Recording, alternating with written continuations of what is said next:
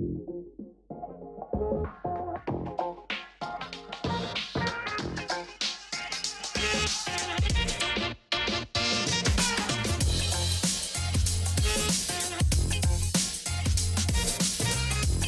everyone. This is your host, Akil Jabbar, and welcome back to another episode of SaaS District. In today's episode, we'll be talking about the psychological knowledge and power behind how SaaS companies run. Today, we have our guest, Darshan Pindoria, joining us. Darshan is a psychology and mindset coach at Deeppsyc, which is an organizational psychology service that impacts key areas of mental health and performance. Darshan holds a bachelor in psychology. He's a vlogger, public speaker, and course creator who also took up training for 9 months as a monk in a yoga ashram, which we'll talk about today. His past experience in SaaS includes working as a business development manager at companies like Verto Cloud, eBusiness, Guru Limited, Avasam, and Replyco. So welcome, Darshan. Super excited to have you on the show. Love to hear what you're all about. Great to be here. It's finally get to put SaaS and psychology together. It's first time I'm coming across anyone vaguely ready to go into that space. Yeah, I was quite hesitant, to be honest, and I can see why a lot of people could be. But I said, let's see it. I mean, we all work in psychology. There's a lot of power behind it. I mean, that's what drives us every day. And I think there's a lot you can share with our audience that they probably don't think about, rather than getting into the weeds. Sometimes it's good to get out and understand how the mind works. So, but before we get into that, so it's I'm just going to throw it in there. So for me, it was always psychology and SaaS. So I was a psychology student, I studied psychology, a psychologist in and around work, and day-to-day working in SaaS.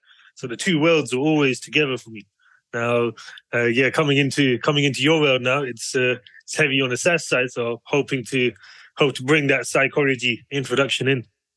Let's hear it. So maybe we can start off with a story. Let's talk about your background. So you worked as a business development manager. That was your job, working with a SaaS company. And then did you transition over? Was that a quick 0 to 100? You quit and you started this psychology practice that you have today, or what did that transition look like? And what was the motive? Since you're a student and then you're working in SaaS, and then tell us a little bit about it. Yeah, fair enough. So in and around my university, sales came a lot more natural to me. So I was always doing sales, and then SaaS sales was the place to be. I was heavily into the whole concept of selling the benefit over the feature. So as soon as we're talking about automation, we know how much time, resources a software can save someone. So, but to get them to that point, there was a lot of digging that used to be required. So even when I was in my psychology lectures, I was always thinking, okay, yeah, that's a whole deeper motive than anyone else in sales is going. So really and truly, frustration is a big part of everything, especially on the receiving end, on the sales. Even whilst I'm the guy selling frustration concept.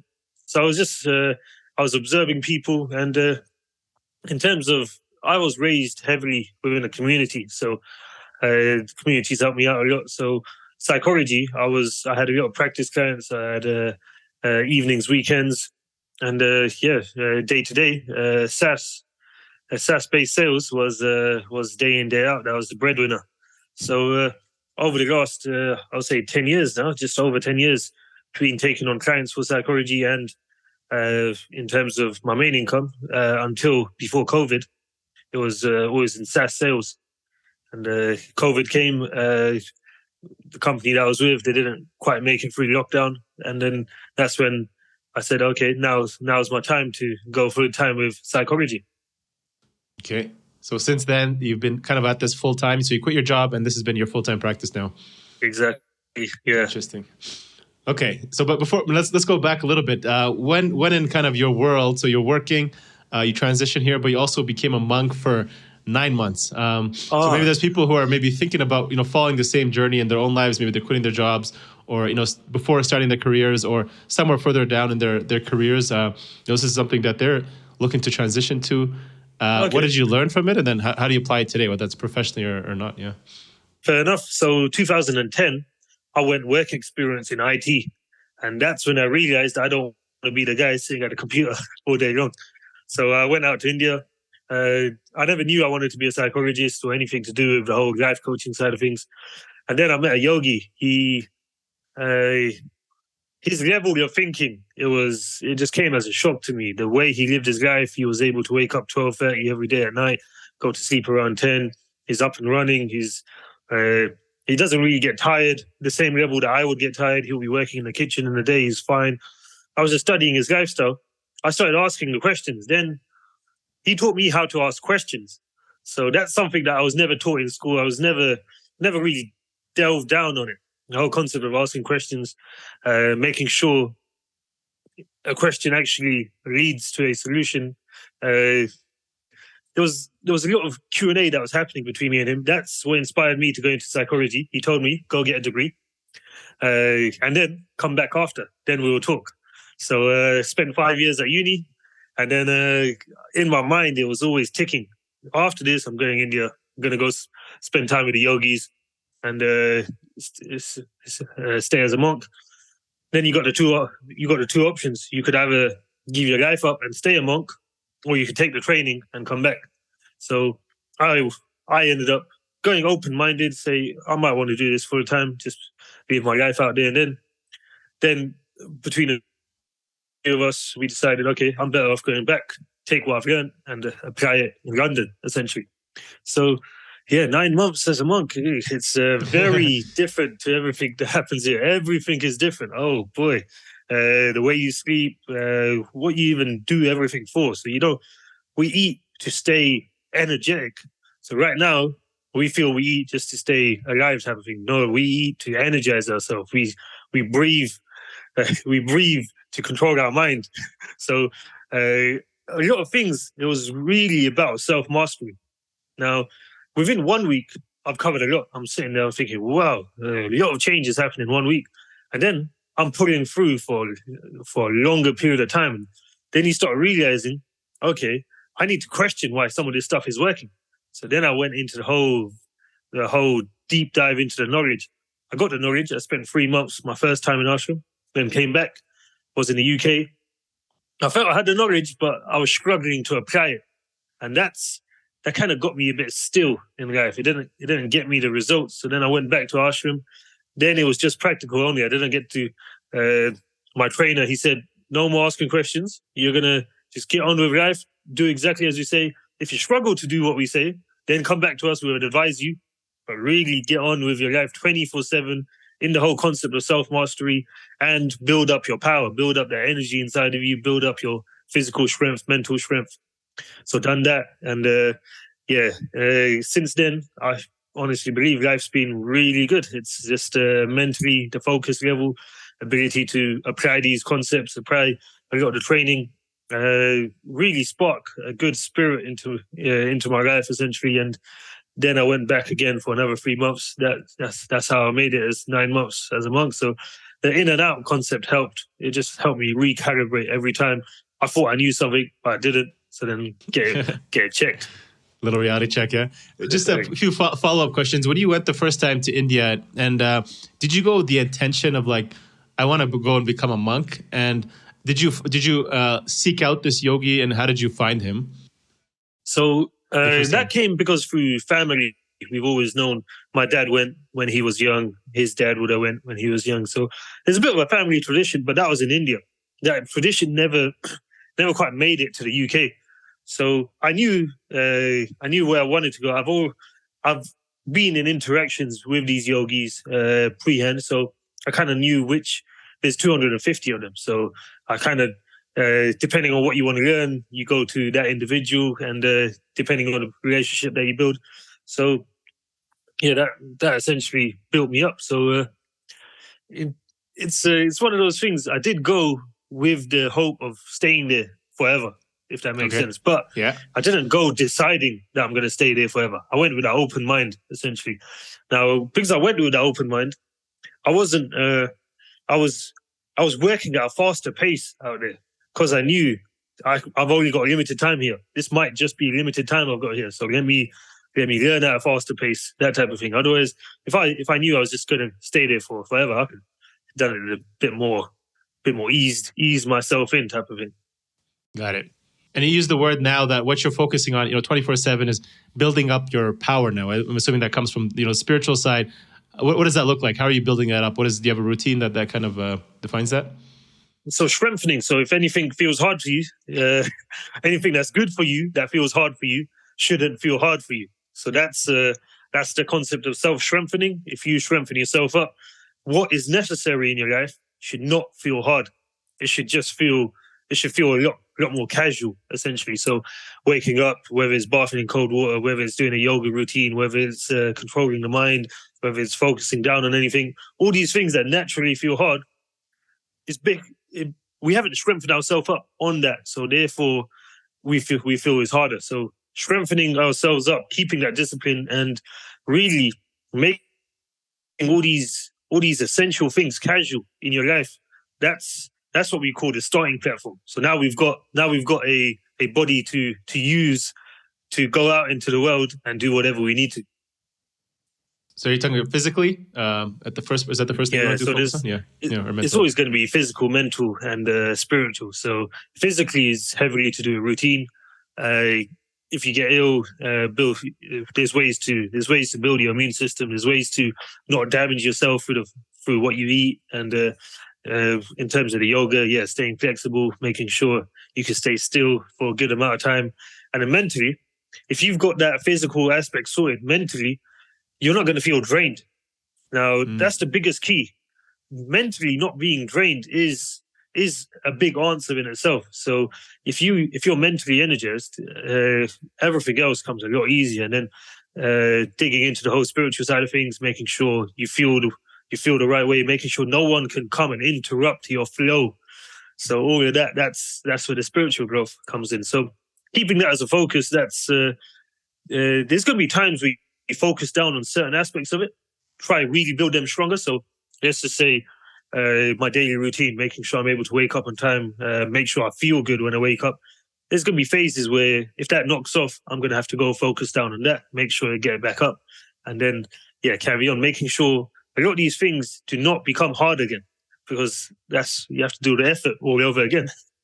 Right. So you kind of have to recalibrate your set point, right? So first you have to get the set point up, build it up to get that strength. Then you're kind of, once the body is built up, then I guess the mind kind of follows, right? Oh, or vice exactly. versa. Yeah. So I want to hear about a little bit more of the kind of the meditation side of it, right? Because I know a lot of people are maybe listening in, follow some kind of meditation practice. How have you found that, meditation probably can improve creativity? There's a lot of benefits, so I'm just going to focus on those things, creativity and maybe better decision-making in business. Because if I'm a SaaS founder, I've got to make better decision-making. That's going to help me. I mean, you're making, thousands of decisions per day. And maybe share, what does your meditation practice look like? So essentially, meditation is what we consider everything. So if I'm putting my shoes on, I'm either thinking about something else or I'm actually thinking about putting my shoes on, that type of concept.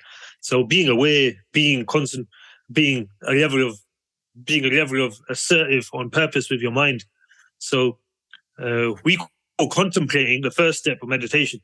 If you can contemplate what you need to contemplate at the time you need to contemplate it, you've got a level of control.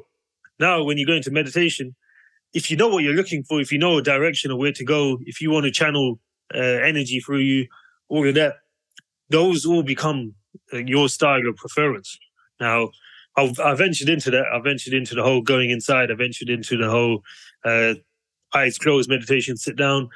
That's a journey in itself. That also needs a good lifestyle with it as well. You can't be worrying too much on a day-to-day basis. Now, when it comes to SaaS, essentially, everyone in IT, they've got their own skill set. Now, if you want to really master that skill set, if it's enjoyable, you're naturally meditating on it. So you're naturally meditating on your skill set, but your skill set is either logical or creative. Some people have the both, but the logical. So two of my best friends, they've gone and taken up life as a monk full time. They were computer programmers, so they were on 50K salaries whilst they were in the UK. And but at the age of 20, he was a good friend of mine. He's gone and become a monk. Now, if he uses his style of enjoying himself or really engaging his mind, is a lot more programming type of style. It's a bit more logical. Now, his ability to dive into his mind, find out what's going on, really reorganize his thoughts, that's his style. So what essentially I'm saying, you pick out your style, you find it, you make sure you own your style, and then if you want to power up an aspect of your life, if you want to power up this aspect of your work, your family life, you've actually got an asset in you. You've got an asset that helps you concentrate and helps you bring your mental energy 10 times higher than it would if you were kind of fighting against it. So a lot of the time we're trying to be creative for comedy, essentially, when we're more the serious person. So you end up fighting against your asset, essentially. Got it. So you're saying kind of work with your strengths, right? Rather than trying to force a creative side that maybe you're not, built for at this point in where you are. If you know your style, you use that, and that could take you places. Yeah. It sounds interesting, right? People look for meditation. They'll say, I struggle. Yeah, I can't do it. I'm like, hey, if you're looking at me right now, if you're paying attention to the words I'm talking, if your mind is not looking elsewhere and we're just talking, you're meditating. This is meditation. As long as you're here with me right now, right? It's that simple. It's a lot harder, right? When your mind is wandering and always thinking, right? Yeah. So, I mean, what does your meditation practice look like today? Do you have a practice, or are you just in flow right now and trying to keep that awareness while you're in your day? Yeah, meditation wise, I've linked it with my physical activity. So my yoga routine, just make sure I'm able to cut out everything. And I've always it's if you could do something physically, and so it's like people that go to the gym, they literally meditate on the muscle that they're training, and then that's how they do it. So for me, in the yoga routine, I'll be meditating on the actual routine, making sure the breathing, and then I do a bit of we call it the pranayam, which we call it. So is breathing exercises to slow down the thinking. Once I've slowed it down, then I could take it wherever I need to take it. So right now I might be looking for answers in psychology for the clients that I have. So if I need to go into a space and find them answers, that's when I know I won't do it at any other time in the day. I'll just do it at that set time where I'm going to go into my practice and then try find any answers that I need to get. Same thing business-wise, same thing even reaching out to you today. Whichever way it is, it's I don't let these answers come to me randomly, willy-nilly. I try to just make sure they're not disturbing me in the day. And when it's time, I should be able to just go into a bit more of a meditative state and do what I need to get answers for life at the moment. Love it. So if I'm a SaaS founder or employee, I mean, you work with, I'm assuming you work with a lot of entrepreneurs. What are some of the things? What are struggles that if I'm coming to you, what am I generally facing? What am I looking for? Why am I searching for a program like yours? Where am I in my mind that I feel like I need your help? Oh, yeah. So everyone in SaaS likes to think they've got the answer. Yeah. Now, when they don't have the answer, that's the biggest frustration. Yeah. So, oh boy, yeah, that's everyone. I could just whip out a conversation with literally anyone in the SaaS field, whether they're the developer, whether the sales guy. Oh, if they don't have the answer, they'll find story after story. They could, they're not as happy either. Yeah. So, yeah, that's how happy are you not knowing the answer? Really and truly, that's when we come alive, but we don't realize that because we don't have the answer, because we're searching for the answer. We're putting a lot of energy. It's just coming out of nowhere. What is energy that programmers get? They get loads of energy to sort out these issues, but they can't get that energy when it comes to maybe taking care of kids or when it comes to driving or whatever it is. So really and truly, the happiest point is the body is feeding you that much energy. Now, they may not have seen it this way. So I'm just looking out for it.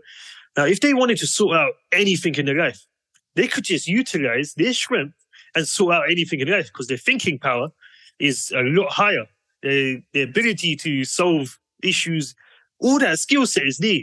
It's just being able to roam it in and apply it. So if in SaaS, I like to think the best of the best are the ones that actually utilize that skill set outside of work and they build it, and it starts becoming who they are. So when we're in teams of hundreds of people, there's still that superstar individual, that type of thing. That superstar individual won't be known for doing every single task in the world, but they will just be. You could just tell this person lives that style of programming or that style of thinking. So essentially, finding your style of thinking first is always the first scope. And if you do find yourself getting frustrated too much, and it's kind of a good thing, because it's technically you come alive when you're looking for the answer. So yeah, that's just a common trait amongst the whole industry. Yeah, that's interesting. So another common thing theme we see these days, maybe especially after post COVID, is a lot of issues in terms of mental health, from employees and across the board. What are some suggestions that maybe you have to companies that they can maybe apply today to work with their employees or help them improve it, or their teams or even themselves or families? Yeah. So main thing when it comes to the organization. So I done a lot of work with SaaS companies over lockdown. Now you got people that they come to work as an escape mechanism. And you've got people that can't escape when they come to work. So you've got people that bring their issues and then they can bring it to work. Or you've got the people that they've got situational issues in their life. They've got other factors going on, and they come to work and they work hard at work because they don't have to think about all of that.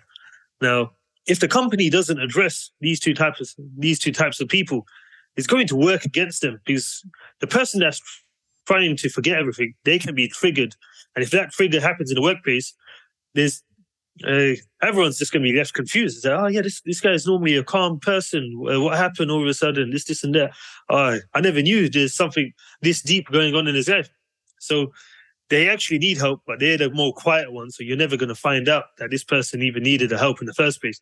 They might just never talk about home life, things like that. Companies, they need to get aware of how to build these engaging conversations. So if someone actually needs help, they can access it. It's literally just that staying too quiet about certain topics in life. You would know it amongst your friend circle, but would people even know how to engage that type of conversation? So that's for the person that's trying to escape everything. And then you got other people that bring their issues from outside of work, they bring it into work, and those people end up getting excluded in the workplace. People don't like to talk to them. They find them too negative, or they find the conversation's always about them, that type of thing. So it's a mental health issue at the root of it, and it's shown in a different way. But if it can be sorted out, it will actually make the whole workplace really, really good. It uplifts people instead of putting them down, because fair enough, the person's annoying, but they've got stuff going on in their life. So if they get that help, now that person's going to bring a lot brighter energy into the workplace if they get the help. That's a really good way of perspective. I never thought of that, right? Like looking at your personal life, making sure to address that, see if you're bringing that, the issues there, or vice versa, right? If your work is stressing you out, how are you bringing that to, your family and your friends and the rest of the time, right? And then, being able to manage both, Yeah. Because we get the people that do overtime, and we know if someone's doing this much overtime, something mustn't be going right at home, most likely. So but is anyone in the SaaS workplace going to talk about this? Or are they even going to address it? Or are they just going to carry on getting it happen? And then until one day something heavy enough does happen to that individual, and then they're thinking, oh, what? But we never expected that from him. That type of thing. Yeah, exactly. It's too late. So last question, Darshan, before we get into the rapid fire questions, just quickly, people love, routines. They love kind of, tips. What are some successful mindset or routines that you suggest that people that are thinking about starting or scaling their business look into, and maybe start applying to their lives, if you can share? So it's looked down upon, but because we've grown up to have a negative connotation towards the concept of having rules for you. If you've got a rule, you follow it, type of thing. But because of the way we were brought up, we were taught there's consequences, and there's a lot of negativity around having rules that you're going to follow. Really and truly, we need to put rules in our life and be able to follow them, and be able to follow them effortlessly. So people that join a weight loss scheme, they know, okay, now they've got all these requirements they need to follow, or else they don't get the result. Same thing in life. Are we able to give ourselves a rule and follow it, or are we not? The reality of it is, if we give ourselves a rule, we follow it, we kind of end up struggling for a day or two, but after a day or two, it's fine. But getting us to follow that rule in the first place, that's the difficulty. That's the whole, oh yeah, what ifs, what that, this type of thing. So your biggest, you could do self-discipline courses, you could do whole motivational schemes. They will get you off the mark. But it's the rules, it's the habits that are going to keep you going all the way. And then if you start putting rule on top of rule, so it's like people that go for a run every day, they don't call it a rule to themselves, but they go for a run every day. So it would have started as okay, let's get myself up, this and that. But then it started becoming them. So essentially, that's what, if you want to build yourself up in life, are you building your mental capacity through putting yourself through better rules in your life? Got it. It's just inhabiting the new the identity, right, of when you want to become. Yeah. Ooh. Love it. It's being strict is a lot of people say being strict is negative. Being disciplined is negative. This and that. It's you could do everything in a nice, enjoying way. So if you learn to master that enjoyment, send it through to all aspects of your life, that's ultimate fulfillment. Otherwise, you have fulfillment in one side and not the other side of your life. Yeah. I mean, at the end of the day, we're animals, right? And I think that's why a lot of religions were born, right? To help us. We needed those rules to kind of apply and keep us in one place. Yeah. Cool. Darshan, let's get into the rapid fire questions here. We'll kind of be kind of quick here. Let's start off with what's one activity you enjoy outside of your work that gets you into flow state? So I'm a big socializing fan. It's if I talk to someone and even if they're the one doing the talking, but someone like me, I like to think I need to talk to 10 people a week minimum, new people. So I like to put myself in situations that allow me to do that. So yeah, talking to people, it's a self-expression essentially. Love it. What's one piece of advice you wish you had known? If you can go back, you would tell your 20-year-old self or 25-year-old self? Yeah, so it only takes 2 to 3 days to pick up a habit. So I always thought it was 21 for some reason. It's literally 2 to 3 days, and then just run with it. Just run with it, yeah. What are some of the biggest challenges you're currently facing in order to continue to grow your firm, Deeppsyc? So at the moment, I need to get into a concept of making psychology knowledge entertaining as well, because the world has gone into a form of entertainment only type of process. And then if the knowledge comes, it comes. Before we used to be able to pick up encyclopedias, jump in, even though it's the most boring thing ever. But now it's the opposite. We need the entertainment factor. So working on it. So just need to zone in and get that key. Love it. What does success mean to you today? Whether that's personally, business, financial, life? No right answer. So having the energy that I need when I need it. That's why.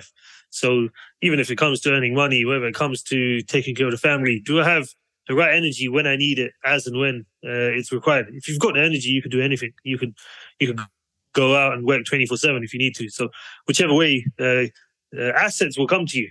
But do you have the resources internally that can get you those assets as and when you need it? Love it. Build up the energy inside. Cool. This has been great, Darshan. I know I've got a lot of questions I'm going to ask. I'm sure we might be able to do another episode. But where can founders, marketers, anyone listening in, where can they get in touch with you, learn more about you and your company, and can you tell us about any free resources you have on your website? Oh, perfect. So Deeppsyc.com. I give everyone a first free call anyway, so we end up talking for half an hour, getting to know each other. It's all part of my get to know 10 more people a week type of routine. So it's on YouTube. I've got vlogs from the Himalayas of when I was in ashram. I've got quite a lot of videos. I've got sleep mastery, how to fast for a long time, mental health explained, the game of the mind. I've got some funky videos on this. So YouTube Deeppsyc. That's pretty much me. Same Instagram. So Deeppsyc all around. Okay, awesome. We'll put the links to your social media profile, your YouTube channel, and your website in our show notes for people to check out. So thank you so much, Deepan. I appreciate you joining us today. Yeah, perfect. Thanks for having me. All right, cheers. Thank you all for watching this episode and joining SaaS District today. Don't forget to like, subscribe, and hit the bell for future episodes where we interview top leaders in the SaaS industry. If you're a SaaS company looking to grow and unlock the true value of your business, get in touch with us at Horizon Capital, and myself or one of our consultants will provide a free assessment to help you get there and hit your goals. If you have any feedback or suggestions for this podcast, please comment down below and help us improve our content for you all. Thanks again, and see you on the next one.